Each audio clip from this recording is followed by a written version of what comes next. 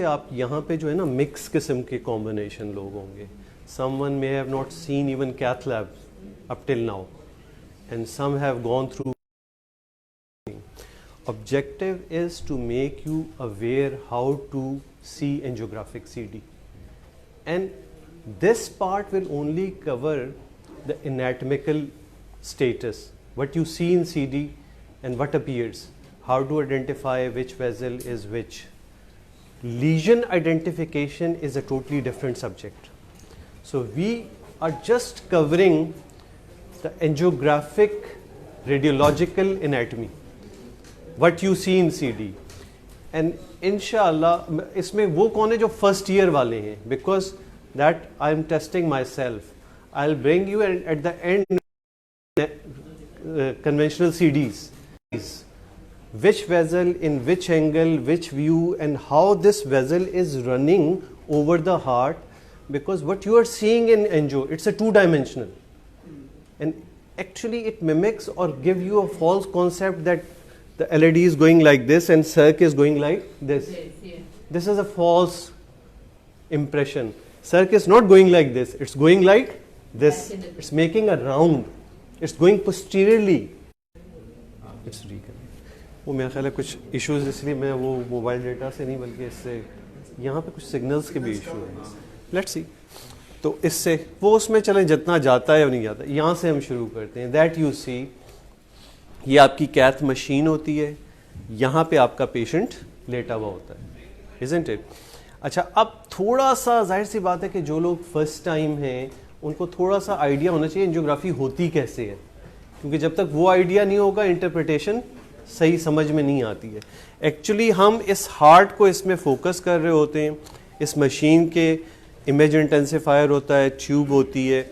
ये जो आपके ऊपर ये जो ट्यूब ये नज़र आ रही है, that moves according to our suitability, कि हम किस एंगल में व्यू लेना चाहते हैं. ये जो आप वर्ड सुनते हैं RAO, LAO, क्रेनियल, कॉर्डल, जिन लोगों ने अभी कैथ लैब में एंटर होना है उनको समझ आनी चाहिए कि ये क्या चीज़ है. ये इस ट्यूब की पोजीशन होती है, ये जो व्यू लेने जा रही है. इस वक्त ये हर एंगल के लिहाज से जीरो है. अगर इसे हमें क्रेनियल मूव करना है तो उतना डिग्री हम बोलते हैं अपने यहाँ पैनल वाले को कि जस्ट क्रेनियल 40. इसका मतलब ये जीरो से क्रेनियल 40 हो गई. हमें पैर की तरफ लेके जानी है इस मशीन को तो हम क्या कहते हैं? कॉर्डल. इसी तरह हमें इसको राइट की तरफ करना है तो RAO, राइट एंटीरियर ओब्लिक, और लेफ्ट एंटीरियर ओब्लिक. और ये चार कॉम्बिनेशन हैं इस ट्यूब की पोजीशन के, क्योंकि ये इस वक्त जीरो पे पड़ी हुई है. अब कभी कभार हमें प्योर एपी क्रेनियल लेना है तो क्या होता है, सिर्फ हम कहते हैं क्रेनियल 40, तो ये ट्यूब कैसे मूव कर जाएगी? बस क्रेनियल मूव करेगी, रहेगी ये बिल्कुल स्ट्रेट. लेकिन हम चाहते हैं नहीं, थोड़ा सा ये राइट की तरफ भी टिल्ट करे, तो हम उसको क्या कहते हैं? RAO 10 cranial 40. इसका मतलब क्या हुआ? RAO 10 and cranial 40. इसी तरह ये चारों क्वाड्रेंट में मूव करती है, क्योंकि ये ऐसी हर की एनाटमी स्टैंडर्ड नहीं है कि आप एक ही व्यू में सबके ले लें. वो पहले व्यू से हमें आइडिया हो जाता है कि इसमें अभी हम RAO कितना करेंगे, LAO कितना करेंगे, क्रेनियल कितना करेंगे. और फिर we also know that which segment comes really, we can see it better in which angulation. तो उस लिहाज से किसी का लीजन प्रॉक्सिमल LED में नजर आ रहा है तो अब हमें पता होता है कि ये इस तरफ जाएंगे तो प्रॉक्सिमल LED ऐसे होगी. और फिर उसका बेसिक स्काउट व्यू से हमें आइडिया होता है कि नहीं, इसमें हार्ट एलिप्टिकल है, इसमें हार्ट ट्रांसफर है, तो उसके लिहाज से हमें थोड़ा सा एंगल उसके हिसाब से मॉडिफाई करना पड़ेगा. और आप अंदाज़ा नहीं करें कि इस नॉलेज की कितनी ज़रूरत होती है. यहाँ पे हमारे बेचारे जूनियर वो सेकेंड ईयर का फॉलो भी लगा हुआ होता है, वायर वो लगा हुआ एक ब्रांच से दूसरी ब्रांच, क्योंकि डायमेंशनल में सोच रहा है, वो 3 डायमेंशनल नहीं सोच रहा. अब किसी की LED तो सर्कुलर है ना, यू सर्कल में, उसमें आपको डायगोनल नजर आ रही है कि यू निकल रही है. ये डायगोनल LED के वो साइड वाले कॉर्नर के आगे से भी निकल सकती है, पीछे से भी निकल सकती है, इवन थोड़ा सा पोस्टीरियर से भी हो सकती है. तो आप वो एपी में जब वो व्यू देख रहे हैं तो सिर्फ आप ये देख रहे हैं कि मैं उसमें क्यों नहीं जा पा रहा। वो इसलिए नहीं जा पा रहे कि आप जहां अपनी टिप को डाइवर्ट कर रहे हैं वो उसके अपर कॉर्नर पे टिप को डाइवर्ट कर रहे हैं, इंफीरियर कॉर्नर पे टिप को डाइवर्ट नहीं कर रहे। तो फिर आप क्या करते हैं कि वो एंगल चाहिए होता है जहां एलईडी और डायगोनल का एग्जैक्ट एंगल पता चल जाए, वो होता है एलएओ, कि जहां पे डायगोनल यूं जा रही होती है एलईडी। तो अब अगर आप आरएओ में वो वायर लगे रहेंगे, वो सारा दिन लगे रहेंगे, वो वायर नहीं जाएगी। और वही इसने 15-20 मिनट आधे घंटे से वो लगे हुए थे। मैं बुलाया, मैंने यूं किया है तो उसको व्यू को थोड़ा सा इधर किया और वायर चली। सर आपने क्या किया? मैंने कहा कुछ नहीं किया। फिर उसको समझाया कि ये इस तरीके से, क्योंकि ये 2 डायमेंशनल आप देख रहे हैं, एक्चुअली ये 3 डायमेंशन है। तो आपको कॉन्सेप्चुलाइज करना होता है कि इस 3 डायमेंशन में, और कभी कभार हो सकता है वो मुझे डायगोनल के व्यू में भी ना मिले, वो इस तरह से निकल रही हो कि थोड़ा सा इंटीरियर से होके उसका थोड़ा सा एरिया ओवरलैप हो रहा हो, ये भी पॉसिबल है। वो ओवरलैप एरिया का सेगमेंट आपको नजर नहीं आएगा और आप कहां उसको एंटर कर रहे होंगे, उसके अगले वाले पोर्शन में जहां से वो ओवरलैप होके एलईडी पे गुजर रही है। फिर आप क्या करेंगे कि कोई स्पाइडर अच्छा सा नजर आ जाए जिसमें एलईडी और डायगोनल यूं करते हुए, जहां पे आपको एग्जैक्ट वो एंगल नजर आ जाए कि जहां पे एलईडी और डायगोनल अलग अलग हो रही हैं। तो वो सिर्फ आपको उस टिप, बस उसके उस जो ओरिजिनल वाला एंगल है उसमें एंटर होनी होती है, फिर बाकी वायर खुद जाती है। तो ये कॉन्सेप्चुलाइजेशन ऑफ एंजियोग्राफिक एनाटमी इतनी इंपॉर्टेंट है, आपको अंदाजा होगा डिफरेंट व्यूज में प्रॉक्सिमल और लैंडिंग जोन ढूंढने के लिए अपने स्टेंट के, ये तमाम चीजें डिपेंड होती हैं अगर आपकी ये कॉन्सेप्ट अच्छे हैं कि ये एंजियोग्राफी में जो एनाटमी मुझे नजर आ रही है ये कैसी है और मुझे इसको मजीद बेहतर देखने के लिए क्या करना है। और फिर आप इस पे अपनी इनोवेशंस डालेंगे, अपने प्रैक्टिकल एक्सपीरियंसेस लाएंगे तो और ये बेहतर होती जाएगी। ये अभी हम बिल्कुल बेसिक से शुरू कर रहे हैं ताकि ये सबको समझ में आ जाए। यहां से हमने शुरू किया कैथ लैब की टेबल, ये ट्यूब जो ये फिल्म बना रही है, और हम किस चीज को फोकस करने जा रहे हैं? हार्ट को। यहां तक समझें। थोड़ा सा उन लोगों के लिए जिन्होंने कभी एंजियोग्राफी नहीं देखी, ये हमारा पूरा एक्सेस होता है। This is access and catheter navigation. क्योंकि आप लोगों ने कैथ लैब में जाना है, आप कॉमनली फीमोरल वो रेडियल से होती हैं, तो ये एक शीट डलती है। ये शीट क्या काम कर देती है? ये कैनुला बन गई कि अब यहां से कोई भी चीज इससे अंदर जाएगी तो मरीज को कोई एहसास नहीं होगा। इसमें से फिर हम क्या पतली सी ट्यूब्स होती हैं जिनको हम कैथेटर कहते हैं, ये वायर की सपोर्ट पे जा रहा होता है। अच्छा, वायर की सपोर्ट पे जाते हुए उसूल ये होता है कि it should be resistance free. जहां कहीं हल्की सी रेजिस्टेंस हुई तो ये जोर का काम, ये नेविगेशन का काम है। नेविगेशन का मतलब है जहां रुकावट मिली रुक गए, पहले देखा है क्या, फिर उसको फर्दर कहीं पे भी जोर आजमाई का काम। ये एंजियोग्राफी से लेके एंजियोप्लास्टी से लेके कहीं पे भी आपको एक सर्टेन फोर्स से ज्यादा लगानी पड़ रही है, that means there is something wrong in the navigation. Either there is a turn, there is a branch, there may be a blockage, whatever you don't know. उसको अपनी तरफ से अज्यूम ना करें कि धक्के से चला जाएगा, बस वो एक जरा सा भी हुआ, फिर क्या करना है, अपनी वायर उससे निकाल ली। अगर वो शीत की लिमिट में ही है तो शीत से आप इंजेक्शन दें और देखें क्या है, और शीत की लिमिट से आगे है तो अपनी वायर निकाली, कैथेटर को ही पीछे अपने मैनीफोल्ड से अटैच किया और कैथेटर से उस जहां पे रुकावट आ रही थी वहां पे एक व्यू लिया। रेडियल में वेरी कॉमन है कि यहां पे एल्बो पे आपको एक टर्न मिल जाए। तो कभी भी देखे बगैर नेविगेट नहीं करना होता। देखे बगैर जो आप नेविगेट कर रहे हैं वो है रेजिस्टेंस फ्री नेविगेशन। स्लो चल रही है, कहीं कोई प्रॉब्लम नहीं आ रहा, ठीक है। जहां रुकावट आई रुकना है, पहले देखना है और फिर, और ये यहां से आप जाते कैसे हैं, जैसे यहां से तो आप ये रेडियल से सबक्लेवियन और फिर एओर्टिक आर्च में एंटर होते हैं, और फिर यहां से, और फीमोरल से आप यहां से, फीमोरल ये है कि वो मोटरवे है, वहां इतने इश्यूज नहीं होते। रेडियल थोड़ी वो शहरों की गलियां हैं तो वो जरा मुश्किल होती है, ठीक। ये फीमोरल से दिखाया हुआ है कि ये कैस्टर अल्टीमेटली एंटर होने के बाद ये होता है कि इसकी मेक ही ऐसी होती है कि जैसे ही आपकी वो वायर निकलेगी, आप एक बार यहां पर आर्च तक पहुंच गए, आर्च के अंदर पहुंचने के बाद ये मेक ऐसी है कि आप जैसे ही वायर निकालेंगे तो ठक करके ये टिप अंदर जाके बैठ जाएगी। कुछ लोगों में एनाटमी वेरिएबल होने की वजह से वो उस मेक के कंसिस्टेंट नहीं होता, तो आपको उस एनाटमी के हिसाब से अपना कैथेटर सेलेक्ट करना पड़ता है। यहाँ से आप वायर से ये लेके गए, वायर के यहाँ तक ये जैसे ही पहुंचा, जैसे ही वायर निकलेगी ठक करके ये इंगेज हो जाएगा। आरसीए में क्या आपको रोटेट करके इंगेज करना पड़ता है। इसमें भी कभी कभार इंगेज नहीं हुआ तो मैनिपुलेशंस हैं, उसमें आइडियल ये होता है नहीं हुआ तो नॉन सेलेक्टिव व्यू लें, आइडिया करें कि ओरिजिन कहाँ से है, उस ओरिजिन के मुताबिक फिर इसको मैनिपुलेट करें। कि वो डिपेंड करता है, नीचे है तो एंटी क्लॉक करना होता है, ऊपर है तो क्लॉक करना होता है, क्लॉक करते हुए पुश करना होता है। ये सारी चीज़ें आप वक्त के साथ सीखते हैं कि कितनी फोर्स, कितनी मूवमेंट, कितनी, और ये इसके टॉर्क की फील करना कि आपका टॉर्क यहाँ से पीछे से जहाँ से आप मैनिपुलेट कर रहे हैं ये 1 to 1 ट्रांसमिट हो रहा है, नहीं हो रहा है, नहीं हो रहा है तो करते नहीं जाना है।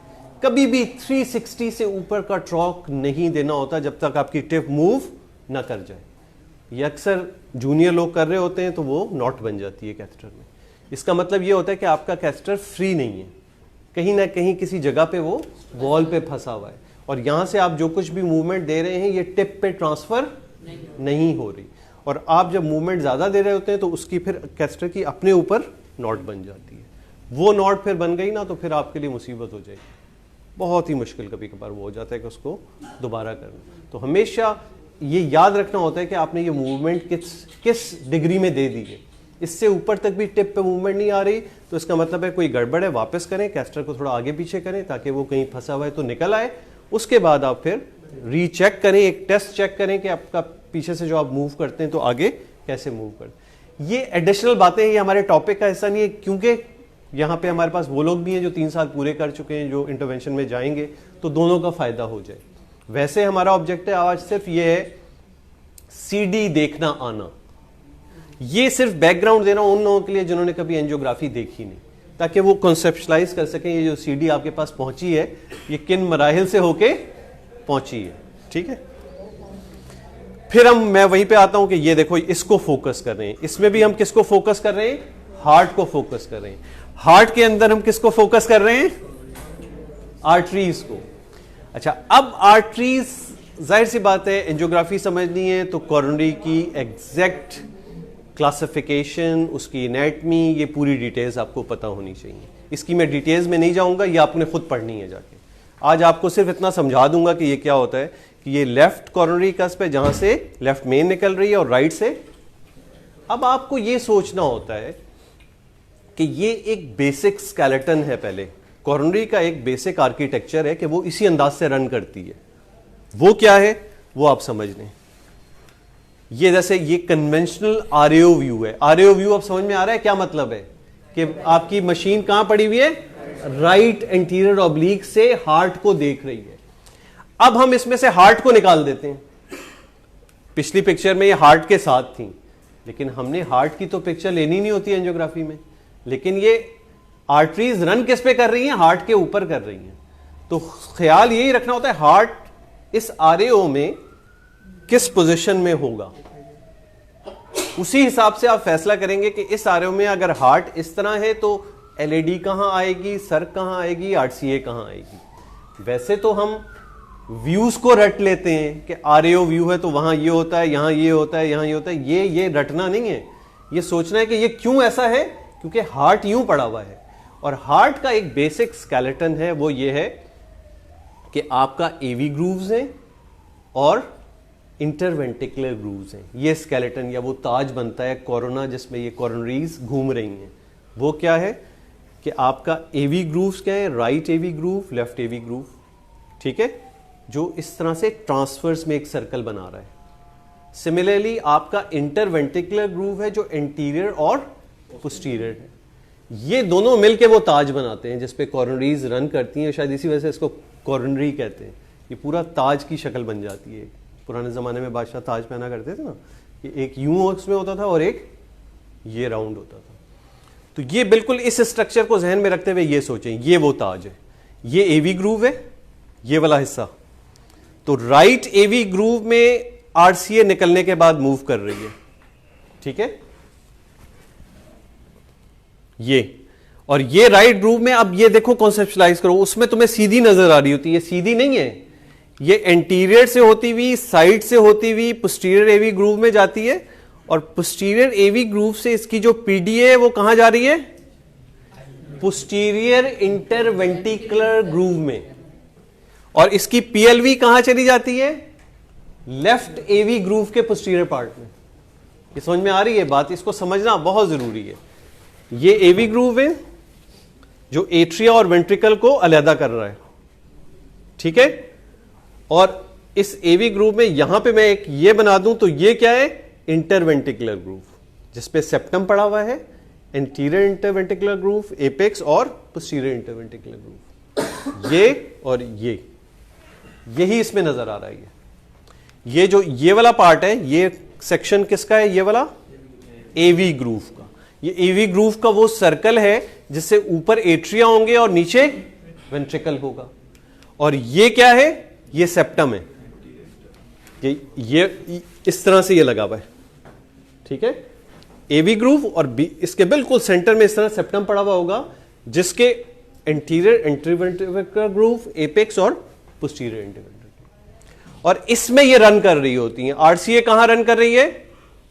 राइट एवी ग्रूव से होती हुई, एंटीरियर से होती हुई, पोस्टीरियर गई, और ये पोस्टीरियर अगर राइट डोमिनेंट है तो पोस्टीरियर इंटरवेंट्रिकुलर ग्रूव में पीडीए चली गई, और पीएलवी लेफ्ट एवी ग्रूव के पोस्टीरियर पार्ट में रन करना शुरू हो जाती है। सिमिलरली एलईडी निकलने के बाद कहां रन करती है? एंटीरियर इंटरवेंट्रिकुलर ग्रूव में, इस तरीके से, और एपेक्स तक जाती है। और कभी कभार ये रैप अराउंड एलईडी जो आप सुनते हैं वो क्या होती है? रैप अराउंड पूरा एपेक्स से गुजरी और पोस्टीरियर एवी ग्रूव में भी घुस गई। इस वजह से इस एलईडी के एमआई में इंफीरियर में पहले चेंजेस नजर आएंगी, क्योंकि ये आरसीए की टेरिटरी में भी, और ये वेरिएशंस होती हैं कि आरसीए की टेरिटरी में एलईडी घुस जाए, सर्क की टेरिटरी में आरसीए घुस जाए, सर्क आरसीए की टेरिटरी में घुस जाए, ये डिपेंडिंग ऑन डोमिनेंस है। बल्कि ऐसी भी होती है कि लेफ्ट मेन ही सब कुछ दे देती है। ऐसी भी एनाटमीज है कि वही लेफ्ट मेन से आरसीए भी निकल रही होती है, राइट ग्रूव में कुछ होता ही नहीं है। ऐसी भी एनाटमीज है। But as long as you know this architecture, कि ये वो आर्किटेक्चर है जिसमें कोरोनरीज रन कर रही हैं।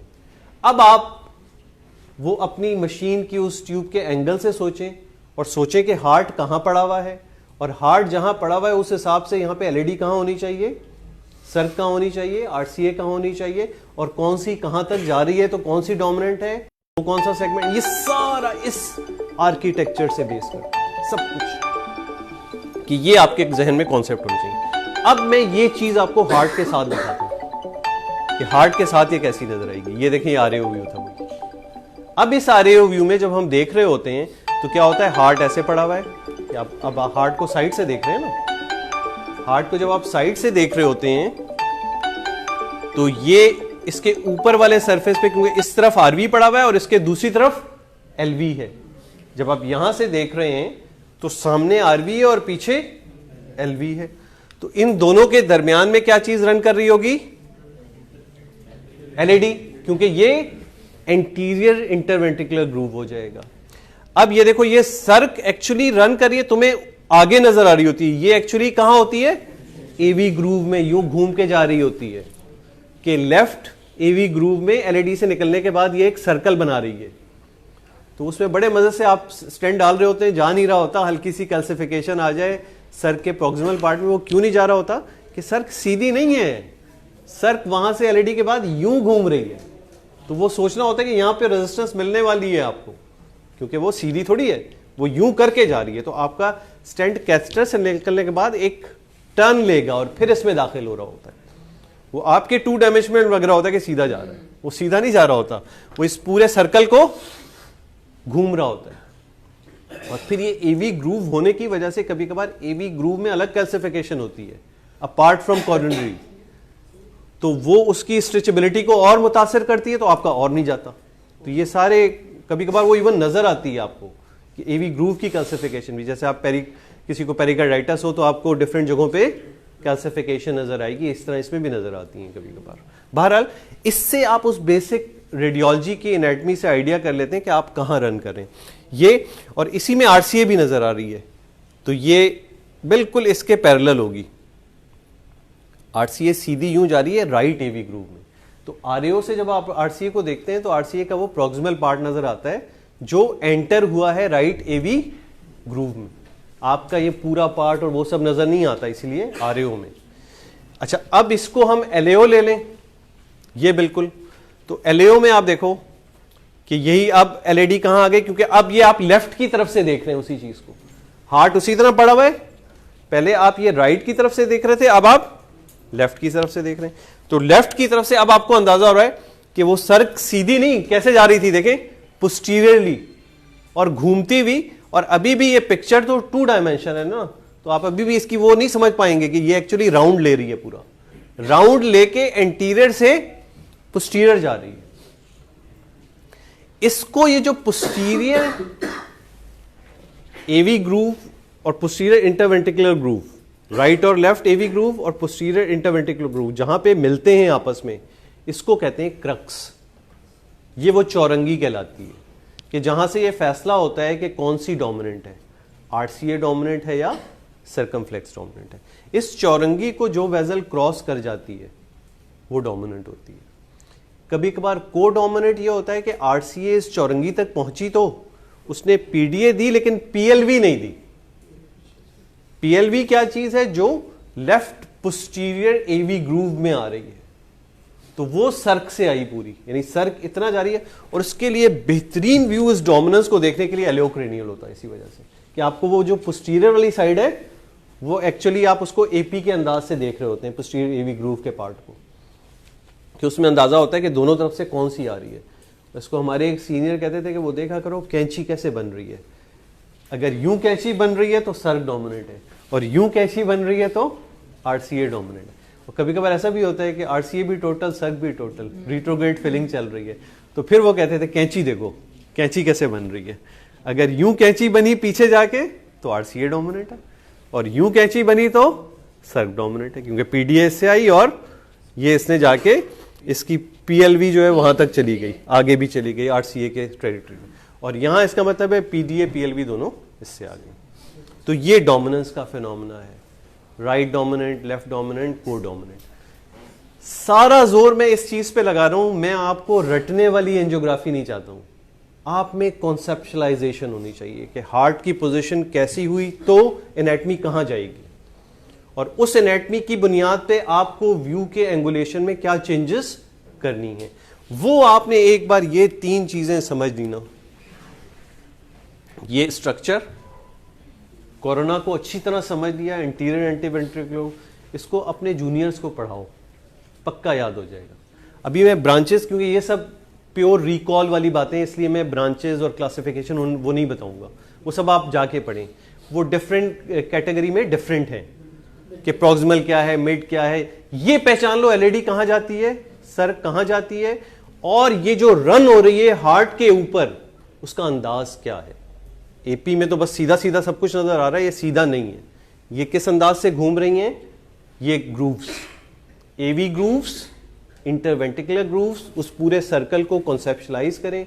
जिस एंगल से भी आप व्यू ले रहे हैं उस एंगल में सोचें कि यहां पे एवी ग्रूव कहां होगा, इंटीरियर इंटरवेंट्रिकुलर ग्रूव कहां होगा, पोस्टीरियर ग्रूव कहां होगा, और फिर एलवी एनलार्ज हो जाए। आप इसलिए देखते हैं ना किसी की अजीब सी एनाटमी होगी कि एलईडी पता नहीं कहां जा रही है, आरवी बहुत बड़ा हो जाएगा तो एलईडी अपनी क्लासिकल प्लेन में नहीं यूं नजर आएगी।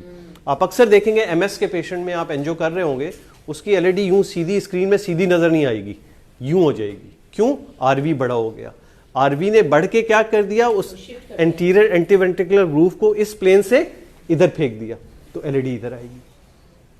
तो उस लिहाज से आपने सोचना होता है कि वो चीज कहां क्या जा रही है, और बनाना होता है कॉन्सेप्ट के क्या है। ये जाके अच्छा है कि ये सारा आज हॉल माशाल्लाह भरा हुआ है, लेकिन ये फायदा कब होगा कि इसके बाद जाके इसको, ये रिकॉर्ड भी हो रहा है, सुनो, और जाके ये वादा आज वार्ड में तो हम ये पाबंदी अब लगा देंगे, जिसका मरीज हुआ और उसने सीडी नहीं देखी तो 100 रुपए वाला वो तो फंसेगा। हमारे वार्ड का बंदा तो गया आज के बाद इस पूरे महीने, बल्कि इस पे 200 रुपए होंगे कि आपने अपने पेशेंट की सीडी नहीं देखी। कुछ नहीं करो, इंटरप्रेट किया नहीं किया, कम से कम 2 से 3 मिनट आपने सीडी। ये प्रॉब्लम सारी कंसोलिडेशन के इशू आते हैं। आप इस अपनी ट्रेनिंग में बहुत सारी चीजें सीखते हैं उस सीखने में क्या होता है कि वो पानी आपके साइड से बगैर आपको गीला किए गुजरता रहता है, आप उसमें जंप नहीं लगाते हैं, बस हाथ से थोड़ा सा जगह, ठीक है बाद में देखेंगे। ओ भाई अंदर जाओ, पियो, निकालो, औरों के लिए भी निकाल के लाओ, खूब रखो उसको और सोचो क्या चीज़ काम की है, उस पर ज़्यादा टाइम लगाओ बजाय इसके कि दुनिया भर की चीज़ें कर रहे हैं, at the end of the day आपका थैला खाली है।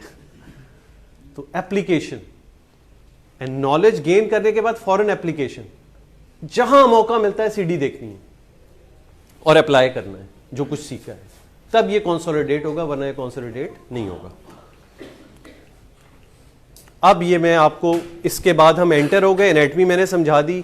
ये अब ये देखो कैस्टर वहां से आया हुआ है, वो जो मैंने आपको बताया था नेविगेशन के बाद, कैस्टर अब कहां एंटर हुआ हुआ है, आरसीए के अंदर एंटर हुआ हुआ है। और इसका व्यू देखो, ये प्लेन व्यू है एलएओ, अभी मैं व्यूज के साथ भी समझा दूंगा, अभी मैं सिर्फ ये दिखा रहा हूं आपको कि ये इस टाइप की एनाटॉमी, अभी हमने कहा था ये एक्चुअली कहां से निकली है, एओर्टा से, साइनस से, साइनस से निकलने के बाद ये कहां से जा रही है, एंटीरियर राइट एवी ग्रूव, ठीक है, राइट एवी ग्रूव पूरी घूमती हुई, फिर ये कहां गई, पोस्टीरियर में गई, चली गई उसी एवी ग्रूव के, और ये कहां गई है, पोस्टीरियर इंटरवेंटिकुलर ग्रूव, और ये कहां चली गई, लेफ्ट एवी ग्रूव पीछे से, यानी ये आगे से शुरू हुई, एंटीरियर राइट इंटरवेंटिकुलर ग्रूव से होती हुई पूरा कर्व लेती हुई पोस्टीरियर में गई, पोस्टीरियर एवी ग्रूव से ये पोस्टीरियर इंटरवेंटिकुलर ग्रूव में पीडीए एंटर हो गई, और ये पीएलवी कहां चले गई, तो ये डोमिनेंट आरसीए थी, ठीक है। ये क्या है, ये लेफ्ट मेन निकली, और ये व्यू कौन सा लगता है आपके ख्याल में, ये इधर से हम देख रहे हैं, आरएओ नहीं है, आरएओ में ये इधर इस तरीके से एवी ग्रूव इधर नहीं आ सकता आरएओ, तो वो इस तरह आता, आरएओ में एवी ग्रूव आपको यूं नजर आता, ये यहां पे आरवी है, यहां पे एलवी है, ठीक है। और यही इसीलिए एलएओ व्यू आप लेते हैं वीएसडी देखने के लिए कि एलएओ करो ताकि सेप्टम पूरा नजर आ रहा होगा, इसलिए मैं वो यहां पे जो एलवी लगा के EF 35% कह रहे होते हैं उनसे मैं गुस्सा होता हूं। तो भाई तुमने व्यू कौन सा देखा, आरएओ व्यू में आपने क्या देखा, आरवी का थोड़ा हिस्सा, और उसके बाद आपको क्या नजर आया, anterolateral wall of LV with apex, just anterolateral wall और एपिक्स की हरकत में आप EF बता रहे हैं, और ये वाला व्यू आपके पास है ही नहीं, जिसमें क्या है, ये पूरी सर कहां जा रही होती है, पोस्टीरियर वॉल, पूरा ये सेप्टम एलएडी, यानी आपका 70% एलवी अभी आपने देखा ही नहीं है। उसके लिए अगर आप कॉम्प्रिहेंसिवली एलवी असेस करना चाहते हैं एंजियोग्राफी से, तो क्या करना होता है, पिकटेल डाला, पिकटेल से एक आरएओ 30 का व्यू लिया, एक एलएओ 60 का व्यू लिया, एलएओ 60 पोस्टीरियर वॉल और सेप्टम को बताएगी, क्योंकि ये वाली मूवमेंट तो आप आरएओ में देख ही नहीं पाए, और आप उस व्यू को देख के एक धुआं सा हुआ, और EF 35%, और वो व्यू भी कब, जब वो पूरी कैविटी भर जाए और आप एंडोकार्डियम की मूवमेंट को असेस कर पाए, जहां पे आपकी डाई नहीं गई और वहां पे एंडोकार्डियम आपको क्या पता मूव कर रहा है कि, जब तक वो भरेगी नहीं एलवी कैविटी, आप नहीं बता सकते कि एलवी मूव कर रहा है या नहीं कर रहा है। इसीलिए हम यहां पे हर को समझा के थक गए कि ये तुम कैसे कह देते हो इस थोड़े से धुएं से, और कभी कभार वो एलवी ऐसा जबरदस्त होगा, उसको राइट डोमिनेंट से सुपर डोमिनेंट से एमआई हुआ होता है, EF 30% होगा, और आप धोखे में होंगे कि EF तो 55% है, क्योंकि आपने पोस्टीरियर वॉल उस व्यू में देखी ही नहीं है, पूरी पोस्टीरियर वॉल वो सिर्फ एलएओ व्यू में नजर आएगी। बहरहाल ये तो अलग सब्जेक्ट था। अब यहां से मैं आपको दिखा रहा हूं आरसीए के व्यूज। आरसीए के व्यूज क्या हैं, ये देखें। अब ये क्या है, ये अभी आपकी ट्यूब कहां पर है, एलएओ। ये आरसीए का पहला व्यू होता है। आप लोग जो लोग अभी कैथ में नहीं गए, उनकी तवज्जो सिर्फ इस पे भी रहना काफी है, लेकिन अल्टीमेटली आपको कैथ में जाना है। पहले मैंने आपको ट्यूब और उसका रेफरेंस भी समझा दिया है। तो ये आप क्या करते हैं, प्लेन आरसीए के व्यू के लिए आप पहला व्यू एलएओ 45 लेते हैं कि आपकी ना ये क्रेनियल है ना कॉर्डल है। ये क्या करता है, ये वाला व्यू आपको प्रॉक्सिमल और मिड आरसीए का बहुत अच्छा बता देता है। डिस्टल की बाइफर्केशन और ब्रांचेस ये अच्छी इसमें कंफर्म नहीं होती हैं। लेकिन कभी कभार कुछ लोगों की आरसीए इतनी अच्छी एंगुलेटेड प्लेस होती है कि ये एक एलएओ व्यू काफी होता है, पूरी आरसीए इस एलएओ से पता चल जाती है कि क्या स्टेटस है। तो इसमें क्या है कि आपकी जो ट्यूब है वो सेंटर से थोड़ा सा लेफ्ट की तरफ ओब्लीक मूव हुई और 45 डिग्री में आपने यहां से व्यू लिया और रेडियोलॉजिकल एनाटमी ये बनी जिसमें ये आरसीए है। अभी हम इसकी ब्रांचेस में नहीं जा रहे, आरसीए, प्रॉक्सिमल, मिड और फिर अल्टीमेटली जहां पर बाइफरकेट होती है वो पीडी और पीएलवी बनाता है। इसी को आपने थोड़ा सा क्रेनियल कर दिया, यानी ये ट्यूब एलएओ के साथ साथ अब क्या है थोड़ा सा सर की तरफ आपने कर दी, तो अब ये एरिया जो है ये फोर शॉर्टन हो गया, ये देखो ये एक दूसरे पे चढ़ गया, लेकिन ये एरिया क्लियरली डिमार्केट हो गया। ये भी आपको समझा रहा है कि आरसीए एक दायरे में घूम रही है, ये एपी में नहीं है, क्योंकि आप हार्ट को सोचे ना कि ये कहां घूमी थी, यूं anterior right inter atrioventricular groove से घूमती हुई और पीछे गई और पीछे जाके ये बाइफरकेट हुई।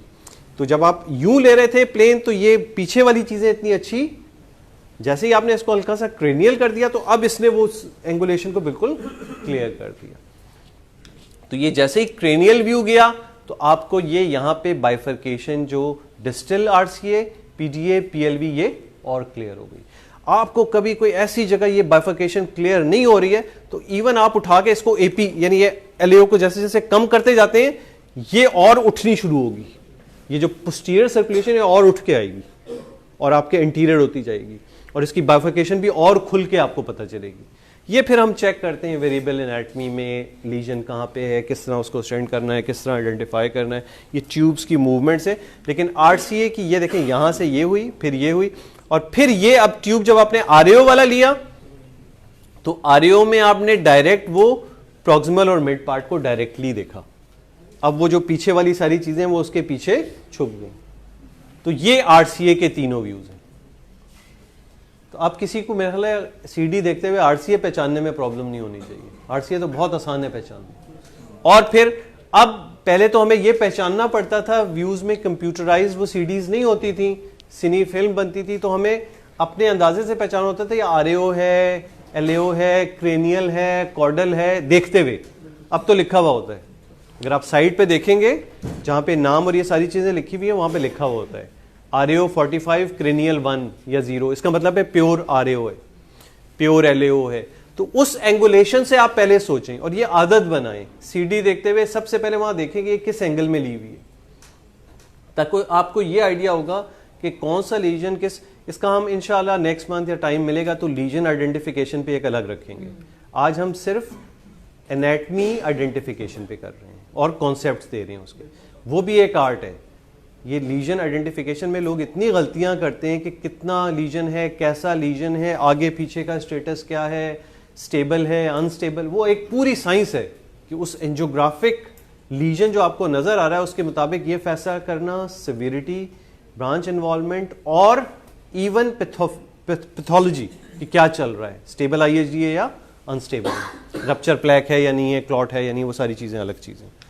तो ये आरसीए का फिर बता देता हूं, ये ट्यूब आपकी यहां पे थी, इसने यहां से देखा, यहां पे एक्चुअली हार्ट इसका सेंटर में पड़ा हुआ है, जहां से आपको इंटीरियर एवी ग्रूव से होती हुई आरसीए पोस्टीरियर एवी ग्रूव में जा रही है, इंटरवेंट्रिकुलर ग्रूव पे मिलती है और डोमिनेंट की सूरत में पोस्टीरियर लेफ्ट एवी ग्रूव में भी चली जाती है। तो आपको ये ऐसी नजर आती है। थोड़ा सा आपने क्रेनियल किया तो डिस्टल भी आ गया। यही ट्यूब जब आरएओ पे आ गई तो आरसीए इस तरीके से नजर आएगी। अब सिमिलरली बिल्कुल इसी तरह है, इसकी लेफ्ट की थोड़ी सी वेरिएशंस हैं, लेकिन आपने ये 4 या 6 व्यूज अच्छी तरह कॉन्सेप्चुलाइज करके याद कर लिए तो बस आप व्यू देखें और बता दें कौन सी चीज कहां आ रही है। ठीक है, इसमें अब आप देखो, इसको मैं इंडिविजुअल भी ले लूंगा, ये मैं क्विकली बस दिखा रहा हूं। देखो अब ये ट्यूब कहां है, एलएओ क्रेनियल।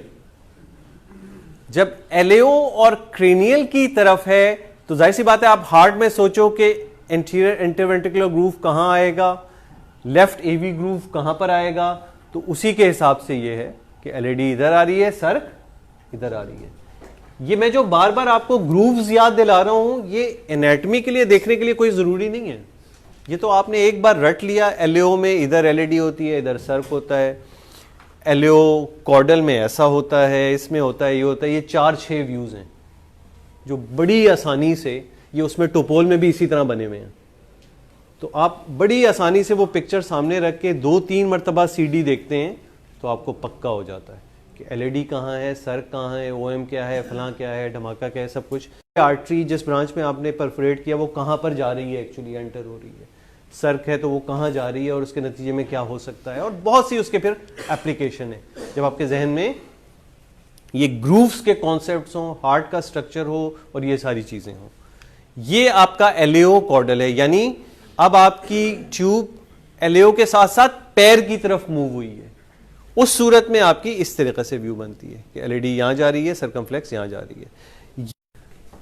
ये मेरा ख्याल है उसका कुछ इसके उसके इश्यूज हैं यहाँ पे, वो रिकनेक्ट अगर होगा तो हो जाएगा। ठीक, तो ये वो वाली स्काउट फिल्म थी जो हम आपको दिखा रहे थे, ये सर्क है और ये एलईडी। ठीक, इसको आप इंडिविजुअल के साथ देख लेते हैं। ये देखो, ये आपका पहला आरियो कॉर्डल व्यू है। आरियो कॉर्डल व्यू का मतलब क्या है कि आपकी, ठीक है, ट्यूब कहां पे है, आरियो और पैर की तरफ। या आपने ट्यूब यहां ली, जैसे ही व्यू लिया तो आपका ये आएगा। ये इधर क्या जा रहा है, एलईडी, इधर क्या जा रहा है। ठीक है, फिर एलईडी की फर्दर ब्रांचेस होती हैं, डायगोनल और सेप्टल, उसकी आइडेंटिफिकेशन अलग होती है, अभी हम उसके डिटेल्स में नहीं जा रहे हैं। ये सर्क जा रही है नीचे। तो ये अमूमन आप जब भी सीडी देखते हैं तो जो पहला व्यू होता है वो ये होता है, आरओ। इस आरओ में आप देख रहे हैं कि कहां क्या है, एलईडी इंटीरियर की तरफ आ रही होती है। मुझे गर्मी बहुत लग रही है तो मैं पहले जो है पेरिकार्डियम को हटा रहा हूं। ठीक, ये है एपी कॉर्डल। कि इसमें क्या था कि ये थोड़ी सी ट्यूब आरओ की तरफ थी, तो ये ऐसे था। अब इसमें क्या हुआ, ट्यूब बिल्कुल सीधी कॉर्डल की तरफ आ रही है। ये एक्चुअली सर्क को और क्लैरिफाई करने के लिए होता है एपी कॉर्डल।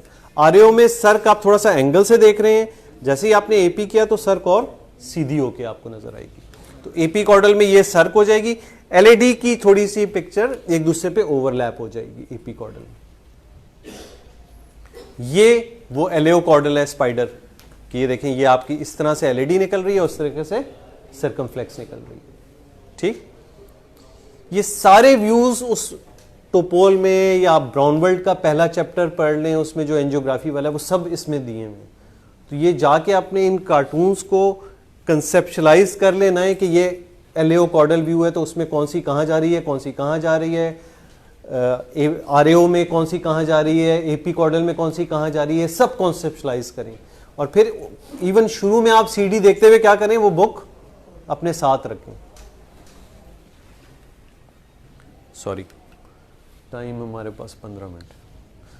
ठीक है, एलियो कॉर्डल हो गया। इसके बाद ये ट्यूब कहां गई, अब ये कौन सी पोजीशन है जी, आरओ क्रेनियल। इन बिटवीन लगता है डिस्कनेक्ट होता है, फिर चल रहा है। ठीक, अब देखो ये क्या हुई, ट्यूब थोड़ी सी सर की तरफ है तो क्रेनियल है, थोड़ा सा ये आरओ तो आरओ क्रेनियल। और उसमें वो जो एंगल लिखे हुए होते हैं उसका मतलब है कि अगर आरओ 10 है तो थोड़ा सा क्रेनियल है, आरओ 25 है तो आपने आरओ और बढ़ा लिया। कभी कभार आरओ 35 भी हम करते हैं। ये इस पोर्शन के लिए बड़ी जबरदस्त होती है, मिड एलईडी के लिए बेहतरीन व्यू है ये आरओ क्रेनियल। और मेरी कोशिश अक्सर मिड एलईडी की स्टेंटिंग्स होती हैं, उनसे मैं कहती हूं कि पहला अपना स्टेंट करते हुए आपको कोई ऐसा व्यू मिल जाए ना कि जिसमें प्रॉक्सिमल और लैंडिंग दोनों नजर आ रहे हों, ओ आपकी जिंदगी आसान हो जाती है। इतनी जबरदस्त कि अब आपको स्टेंट प्लेसमेंट आगे सारी ये बहुत डाई कम यूज होगी कि आपको एक पहला व्यू। और ये चीजें कब कर रहे होते हैं, जब आप एंजियोग्राफी की फिल्म देखते हैं ना, या आप उस वक्त सोच रहे होते हैं यार ये एंजियोग्राफी में इसने ये लिया भाई, यहाँ से एलईडी, यहाँ से प्रॉक्सिमल से थोड़ी छुप रही है, अच्छा मुझे स्काउट फिल्म कौन सी चाहिए होगी, थोड़ा सा आरओ को इधर करके पहला व्यू लेंगे। कि आप पहले से ही सोच के जाएं उस फिल्म से ही कि आप जिस रीजन को इंटरवीन करने जा रहे हैं उसका प्रॉक्सिमल और डिस्टल लैंडिंग जोन किस में बेस्ट पॉसिबल नजर आए, वो बेहतरीन व्यू हो जाता है एक एंजियोग्राफी करने वाले कि वो तो फिर मैं स्काउट लगा के बगैर डाई के कर सकता हूँ, लैंडमार्क्स बना के। थोड़ा 5-10 का स्टेंट ऊपर डालना पड़ेगा, ठक करके। ऐसे हमने बहुत से जो रीनल कॉम्प्रोमाइज पेशेंट्स हैं उसमें मैंने 20 या 30 सीसी में पीसीआई की है, सिर्फ वो स्काउट्स बना के कि ये करना है ये करना है, और वहाँ पे ठक करके। ग्राफ्ट उस दिन हमने यहाँ पे किया था। वो ग्राफ्ट में क्या होता है कि आप जब वायर ले जाते हैं, कभी कभार वायर के बाद सब बंद, उससे पहले नज़र आ रहा होता है, उसके बाद कुछ भी नहीं नज़र आ रहा होता। तो उसको मैंने उस अपने करने वाले को पहले ही कहा कि एक अच्छी सी स्काउट फिल्म लेके यहाँ पे लगा दो पहले ही, अभी तुम वायर डालोगे इसके बाद हो सकता है गायब हो जाए सब कुछ। तो याद रखना है कि स्टेंट कहाँ से, यानी वो स्क्रीन पे रेडियोलॉजिकल मार्कर बना लिए थे हमने बोनी लैंडमार्क से और उससे कि यहाँ से यहाँ तक स्टेंट करना है, और वही हुआ। जैसे ही वायर गई उसके बाद वो व्यूल हो रहा है तो नो रीफ्लो की तरह, बस सिर्फ प्रॉक्सिमल में, आगे कुछ है ही नहीं। वो कह रहे हैं क्या करें, एस्पायर करें, क्या करें, मैंने नहीं कुछ नहीं करना, स्टेंट गुजारो और ठक करके डाल दो, और ये हैं लैंडमार्क्स। वो स्टेंट डाला है, वो सब कुछ साफ खुल गया सब कुछ। दीज एनाटमीज, फिल्म्स, एप्लीकेशंस, ये आप जब कॉन्सेप्चुअली सोचना शुरू करेंगे, और ये हमेशा आप लोग अभी जब वार्ड में हैं, मुझे वायर डालने के बाद फिर क्यों मतलब क्लॉट था ना, एक्यूट क्लॉट बर्डन, अजीब व गरीब नौयत का क्लॉट बर्डन होता है। वो एक्यूट नॉन STS के साथ था पेशेंट, तो वो जैसे ही वो गया कुछ क्लॉट डिसलॉज हुआ, एक इवन समझ ले वो माइक्रो चैनल था जिससे वो जा रहा था, वो वायर ने जैसे ही उसको ऑक्यूपाई किया और क्लॉट इधर उधर मूव हुआ, उसने उस पूरे को लिमन को बंद कर दिया, क्योंकि उसके क्लॉट की नौयत डिफरेंट होती है, बहुत ही हैवी किस्म का। बहरहाल ये अब आपको उसमें भी सोचना है, जब आप सेकंड एज ए नए कैथ में जा रहे होते हैं तो ये ट्यूब की मूवमेंट्स देखें, वहां होते हुए भी उसको व्यूज को देखें कि क्या निकला व्यू। ये जो हमारे यहाँ होता है नया एंजियोग्राफी करने वाला, क्या हो रहा होता है, एंजियोग्राफी करते हुए व्यू देख ही नहीं रहा होता। वो क्या हो रहा था, एपी ठा अगली ठा अगली ठा ठा ठा ठा ठा सारी गोलियां चलाए जा रहा है, वो भाई जा रही है कहाँ, वो तो देखो ना। पहला व्यू आपने देख लिया, कोई हो सकता है कोई एंजियो सिर्फ हो एक व्यू की एंजियो, उसमें अगले व्यू की कि आपको सारी एनाटमी क्लियर हो गई, आपको इंटरवेंशन प्लान हो गई, आपको जैसे अगर लेफ्ट मेन ऑस्टियल है या डिफ्यूज है और लेफ्ट मेन इक्विवेलेंट है, क्लियर नजर आ रहा है कि सर्जन को क्या टारगेट लगाने हैं। That RAO view is enough, किसी व्यू की जरूरत नहीं। ये तो उन पेशेंट में जिसमें एंजियोग्राफी करनी होती है तो आपको proximal, distal, lesion length, characteristics, ये सारी चीजें चाहिए होती है, तो आप थोड़े ज्यादा व्यू लेते हैं। वरना जिसका आपने सोच लिया कैबेज होना है, तो आपने इतना देख लिया कि टारगेट्स क्या हैं, कहाँ ग्राफ्ट लगने हैं, उसके बाद अगले व्यू की जरूरत नहीं है। Same applies to RCA। तो आपकी 10-15 सीसी में पूरी एंजियो कंप्लीट हो जाती है। तो एंजियो करते हुए अब ये कौन सी पोजीशन है ट्यूब की, AP क्रेनियल, या हो सकता है हल्की सी RAO हो, बिल्कुल स्लाइट RAO, क्योंकि ये थोड़ा सा है लेकिन रफली ये AP क्रेनियल है, ठीक है। तो AP क्रेनियल में LAD थोड़ी सीधी हो जाती है, मिड से आप ये थोड़ा सा प्रॉक्सिमल पार्ट इसमें, और ये थोड़ा सा स्ट्रेट हो जाता है, और यहां पे ये थोड़ा सा फोर शॉर्टन भी हो रहा होता है। RAO जब आप कर रहे होते हैं क्रेनियल तो पूरा सेगमेंट लंबा नजर आएगा और इसमें छोटा हो जाएगा, तो यहां फोर शॉर्टनिंग हो रही है क्योंकि आप ऊपर से यूं देख रहे हैं और LAD खुद यूं मोड़ रही होती है। इसके बाद ये कौन सा व्यू है, LAO क्रेनियल। अब LAO क्रेनियल में देखो, अब आप हार्ट को इस तरफ से देख रहे हो तो जाहिर सी बात है इंटीरियर इंटरवेंट्रिकुलर ग्रूव यहां पर होगा और इस तरफ पीछे की तरफ सर्क चली जाएगी AV, लेफ्ट AV ग्रूव में। उसी अंदाज से आपको एनाटमी नजर आ रही है, LAD इधर नजर आ रही है, सर्क इधर नजर आ रही है, ठीक है। ये सब इसी से कॉन्सेप्चुलाइज है, आप वो बस जहन में बना लो हार्ट कहां पड़ा हुआ है, इंटरवेंट्रिकुलर ग्रूव और AV ग्रूव, उसी के मुताबिक सारी एनाटमी चलेगी और फिर इसको याद करना भी कोई मुश्किल नहीं है। अब यहां से टेस्ट है, फर्स्ट ईयर कोई भी एक खड़ा हो जाए, कोई भी एक, आप खड़े हो जाए लीड आउट साहब। अभी ये मुझे बता दें कि ये अप्रोच कहां से है, नेविगेशन के हिसाब से सोचें तो ये अप्रोच कहां से है। वेरी गुड, फीमोरल, क्योंकि एओर्टा के साथ साथ। अच्छा, पुराने ज़माने में हम इसमें तो LAO व्यू लिखा हुआ है, हम कैसे पहचानते थे, अगर आपको स्क्रीन में स्पाइन यहां नजर आ रहा है तो ये LAO व्यू है, और अगर स्पाइन यहां पे नजर आ रहा है तो ये RAO व्यू है। क्रेनियल कॉर्डल का डायफ्राम से होता है, लेकिन वो कभी कभी धोखा दे जाता है। डायफ्राम कभी कभी आपको कॉर्डल में भी नजर आ रहा होगा, वो व्यू इस तरह आई कि अप फिल्म इस तरह ट्रांसवर्स में ली है कि वो धोखा देता है, लेकिन ये बड़ा पक्का होता है कि ये इधर है, ये इधर है। ये आपने बताना है कि बस क्या है, मेरा ख्याल है बता देना चाहिए जी।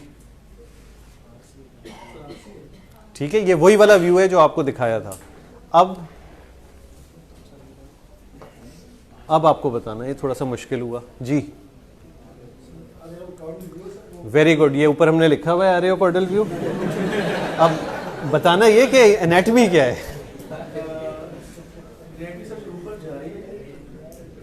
ये क्या है? Very good. ये क्या है? Very good. और ये क्या है? सर्कमफ्लेक्स। और ये पहला व्यू होता है आपका, आरएओ जो होता है। अब आप बैठ जाएं, किसी और को पकड़ते हैं, आपके बराबर वाले। और इसको ये देखो, ये इसका वही स्काउट फिल्म 7 है, ये वही जो आपको पढ़ाई है, दिखाई है, ये वही वाली है। ठीक,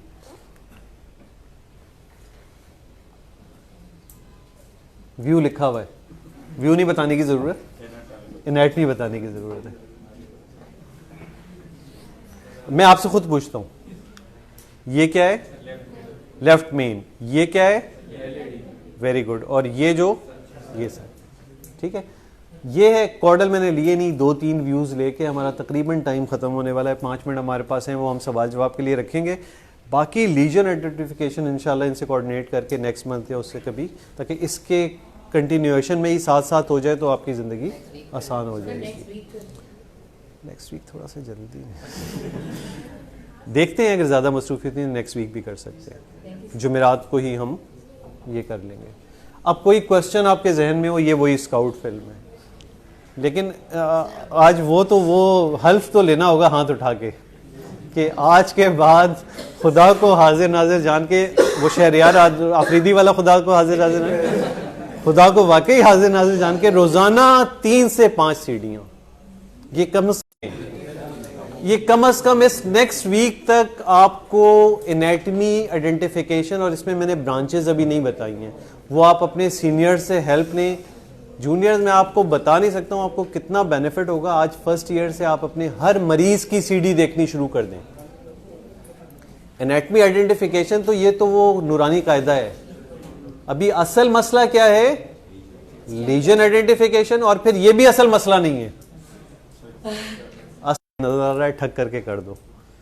कब आपको ये नॉलेज होनी चाहिए किस चीज को कहां तक इंटरवीन करना है और किस को इंटरवीन नहीं करना। He is better off with conservative measure. ये बहुत इंपॉर्टेंट है। कोई जहन में सवाल हो तो पूछ सकते हो। एनी क्वेश्चन जी?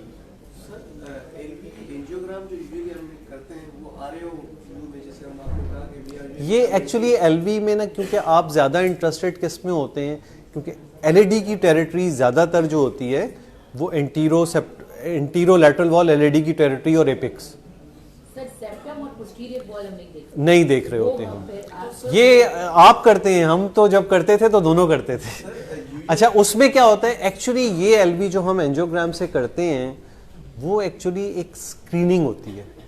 एक स्क्रीनिंग इस अंदाज से कि ये देखना होता है कि कुछ गड़बड़ है या बिल्कुल ठीक नजर आ रहा होता है। जैसे मैं अपने तौर पे, जब एको मौजूद है तो उसकी जरूरत ऐसा नहीं है। आपके डिसीजन में कोई फर्क नहीं पड़ता उससे। आपने डिसीजन अपनी कॉर्नरी एनाटॉमी, चाहे वो एक्यूट पेशेंट हो चाहे वो क्रॉनिक पेशेंट हो, एलवी उसका 20% काम कर रहा है। अगर उसको स्कीमिया चल रहा है तो इंटरवीन, और एलवी 60% है और स्कीमिया नहीं है तो 70-80% का भी लीजन नजर आ रहा है तो it's all decision depends on coronary anatomy and patients clinical status. There is no role of LV at all in acute और क्रॉनिक इंटरवेंशन। सिर्फ आपको एक आइडिया मिलता है कि भाई पेशेंट का स्टेटस क्या है। हम पहले एलवी इसलिए किया करते थे कि सर्जन को खड़े खड़े दिखाना है, वो एको की डेट 3 महीने बाद की मिल रही है तो एक मुसीबत हो जाती थी। पता है लेफ्ट मेन चल रही है, उसकी लेफ्ट मेन में 90% है, एक हल्का सा आरसीए का कैथेटर डाला 5 से 10 राइली ठक करके, वो पूरा बेवकूफ़ी है। क्योंकि सर अगर इन्वॉल्व है तो पोस्टीरियर वॉल देखना लाजमी है, उसके बगैर आप एलवी पे कमेंट नहीं कर सकते। एक नॉर्मल एनाटॉमी है, एलईडी की डिजीज है, लेफ्ट मेन की, हमें पता है कि ना कहीं वहां लीजन है तो पोस्टीरियर में क्या वॉल मोशन एब्नॉर्मैलिटी होगी। आप एंटीरियर लीटर और अपेक्स दिखा देते हैं और इन्फीरो बेजल तो उससे क्लियर हो जाए। ठीक, चलो चलो ये देखो, ये 3 इडियट से नहीं निकलेगा। ये जो लोग कहते हैं ना एग्जाम के चक्कर में पढ़ रहे होते हैं ना, मुझे उन पे अप्रोक्सीमेशन देता है आदमी 30 to 40, और तू एलजीवी एंजियोग्राम से 35 बता रहा है यार। जब तक वो खुद कैथेटर का नहीं पूछे नहीं, हमेशा जब उस क्वेश्चन पे रुके होंगे। ठीक, ओके, वेलकम।